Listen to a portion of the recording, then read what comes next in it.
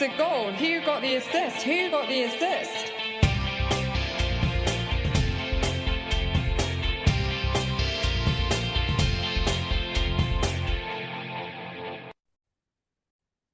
Hi everyone, hope you're well. I'm back very quickly this week, given the swift turnaround in game weeks and a bit of a faltering week for me yet again. There was a little bit of a sweetener at the very end, which we'll get onto in just a moment.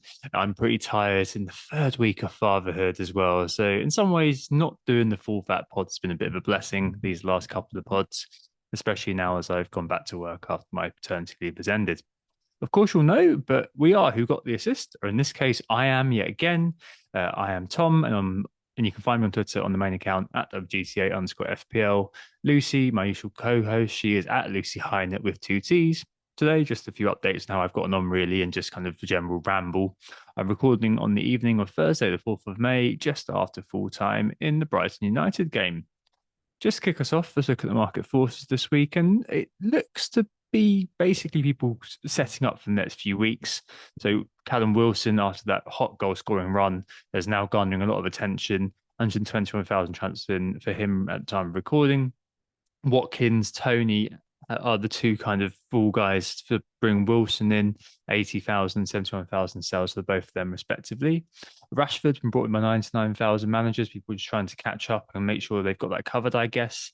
Saka, 75,000 transfers out, and Andreas, 75,000 transfers out.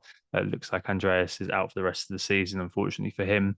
The main sales there. Oh, and Martinelli as well, 68,000 sales for him.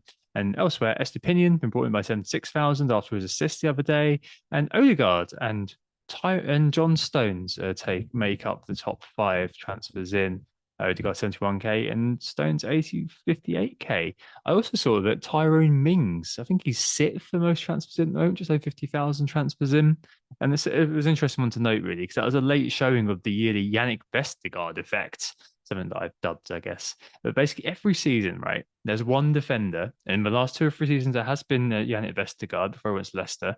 And there's always this one defender at a certain price point who grabs a lot of points at some point in the season and therefore becomes a top buy for loads of people. Because loads of people's transfer decisions, the process comes down to who has scored the most points. And with Gabriel's injury, I think he's got 50,000 sales now. And also, likes of me and Saliba continuing to shed owners. I think that's pretty much what's going on there. So it's just one that I kind of noted. And it's fun to just watch that behavior in action.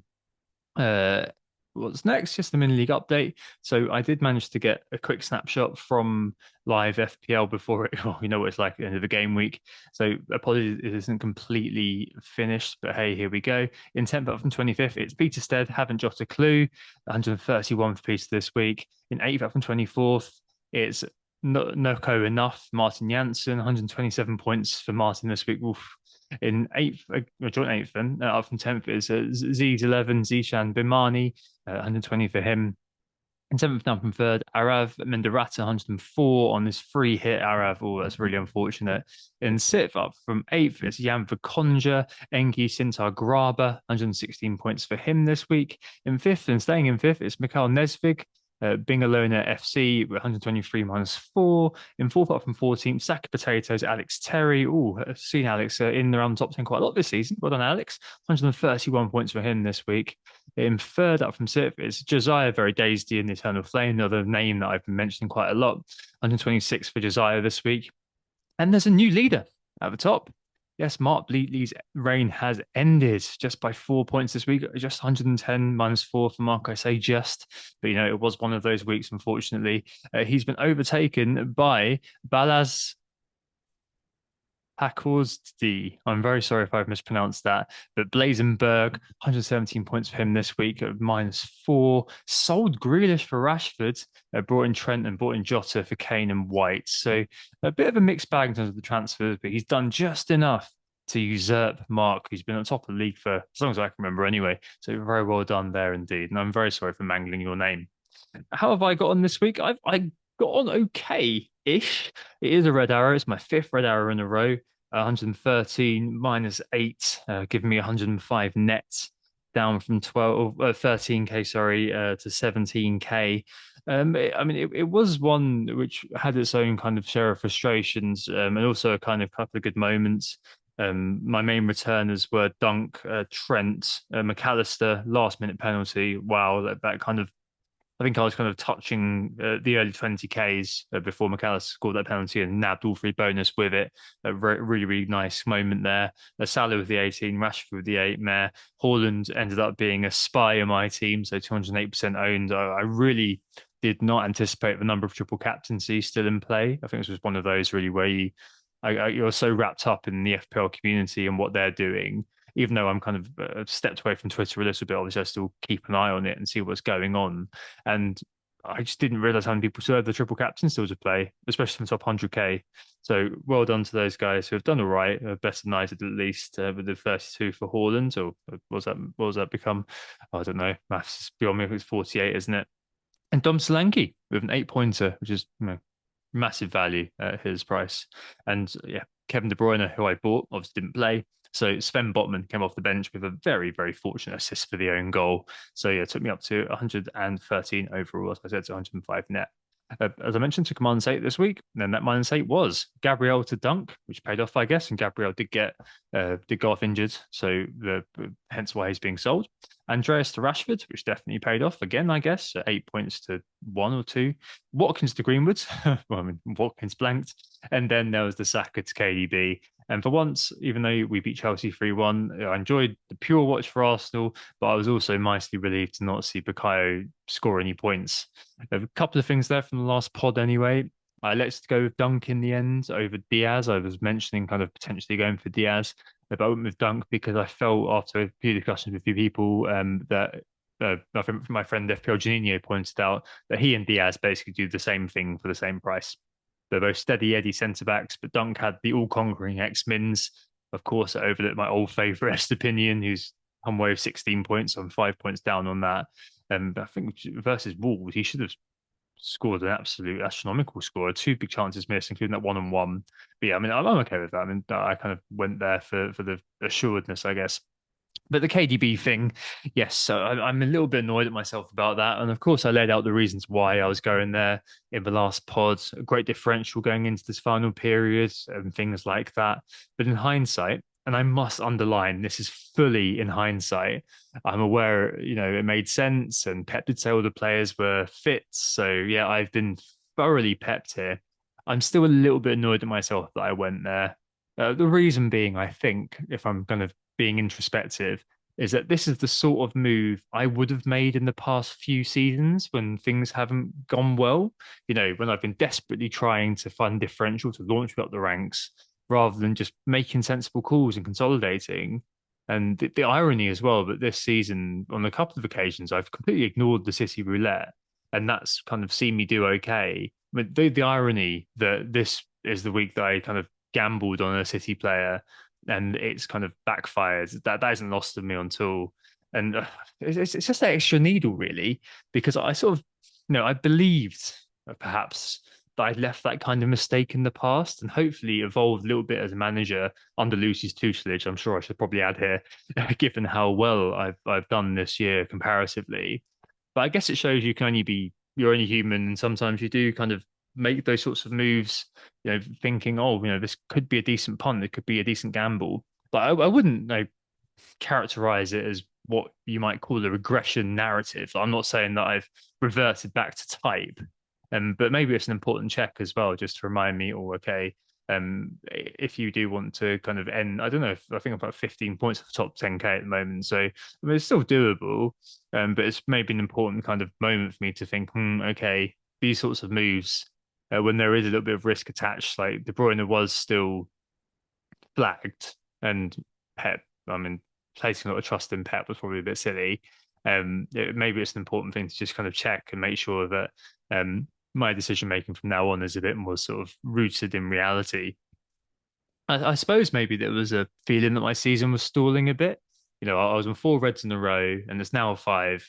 And I guess I reflected in the pod last week that I had this sort of certain sense of weariness about how this season's fallen out and how formulaic all the transfers are for basically everyone now. And there's a variety of reasons behind that, which we've touched on ad nauseam, and maybe we'll kind of come back to at some point in the future, maybe the last pod of the season.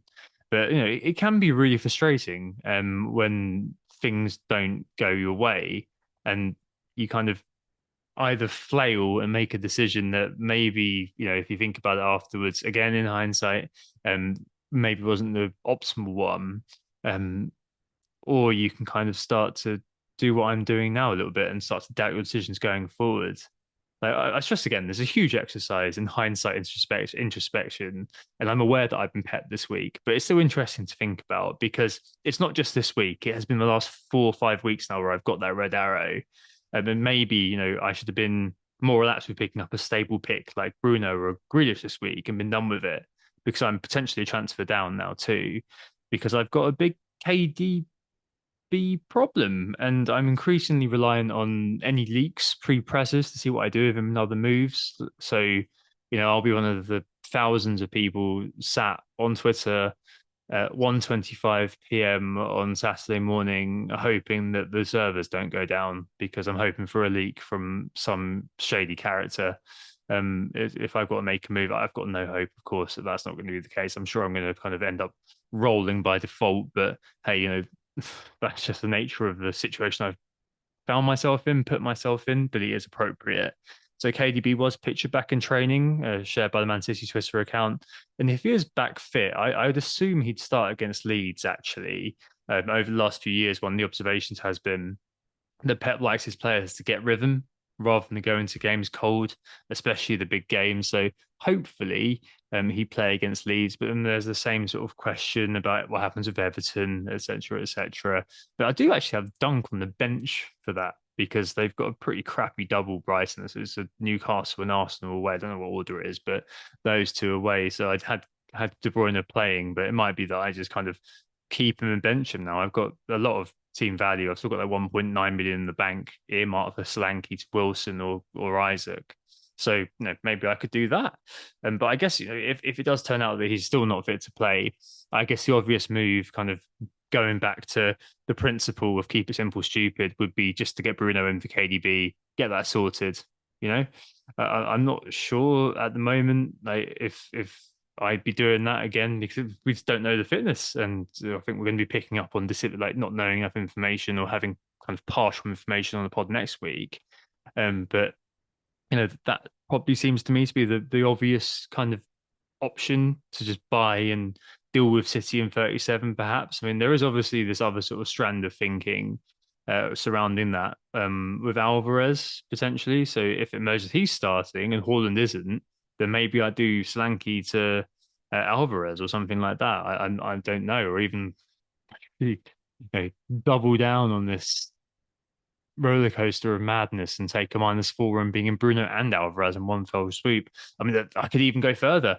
I could even double down, triple down, and get Foden in. I mean, again, there's something which is in mind for me, as he's less likely to feature in the Champions League and therefore in a good spot to play the 2 out of 2, the Leeds and Everton games, or the A team is rested. So he's part of that sort of B team, the super, again, that a B team that could win the Premier League, which kind of is the cleanup crew for those eminently winnable games. That's another one that I'm toying with. But of course, that goes against completely what I've just said about, you know, having a bit of a check on my decision making process. I mean, I could actually make that work going forward because I could get Bruno for Salah in 37 and maybe get De Gea for one of the keepers. But yeah, I mean, doubling down on that utterly despicable realm of the pet roulette feels like a recipe for trouble for me. So yeah, maybe one that I shouldn't really be thinking about too much. And yeah, and yeah. Anyway, I guess there's always that tension between going with the obvious call and trying to do something to arrest the slide because it is tough. If you start getting into this sort of red arrow pokey hole, it's very difficult to pull yourself out of it. And especially if the decisions that you've made, and we say all the time, don't we? Was the decision right or wrong isn't the right thing to ask. Is I'm happy the decision I made, was the process correct? And apart from maybe playing the free hit in 25 and getting blindsided by the FA Cup results, meaning that 26 wild card was bloody obvious and it kind of all became quite formulaic from there. Um, I can't really fault too many of the decisions I've made recently. So buying Salah in early, buying Trent in early, all of those things seem to kind of have made sense, and those players have scored points.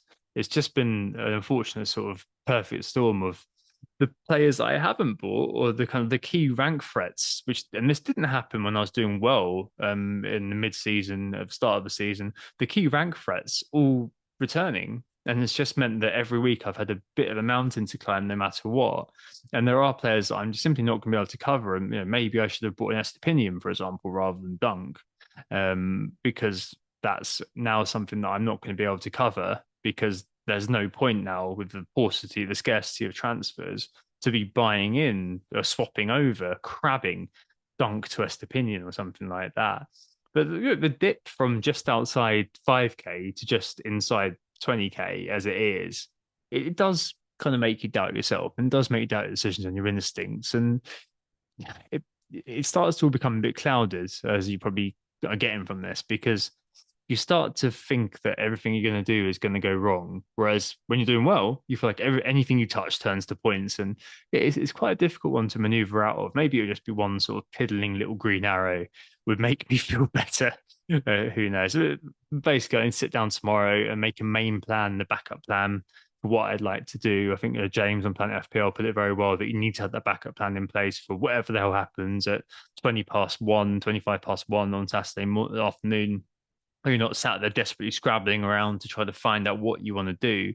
It's about having that sort of plan in place that if plan A, essentially roll it or whatever, doesn't quite come to fruition, then you know what you're doing for plan B. You're not sat there sort of messing around with transfers and trying to tinker some sort of masterpiece together in 2 minutes.